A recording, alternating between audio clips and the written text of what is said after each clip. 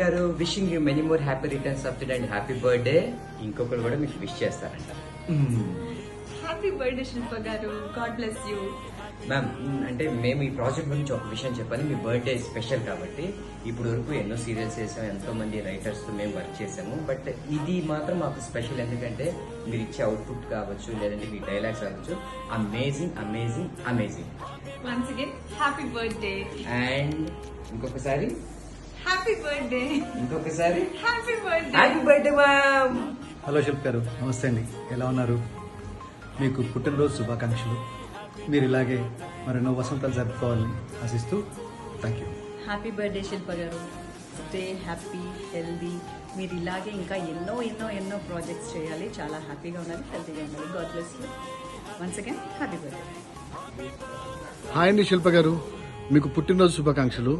ఇలాంటి పుట్టినరోజు చాలా జరుపుకోవాలని, ఆ అమ్మ ఆశీర్వాదాలు మీకు ఎప్పుడు ఉండాలని సర్వదా ప్రార్థిస్తుంటాను. And all the best. మీరు ఇప్పుడు స్టార్ట్ చేసిన కెరీర్ కూడా చాలా ఉన్నత శిఖరాలకు వెళ్ళాలని మనస్ఫూర్తి కోరుకుంటున్నాను. త్వరలో సినిమాలు కూడా చేయాలి మీరు. హలో శిల్ప గారు, బాగున్నారా?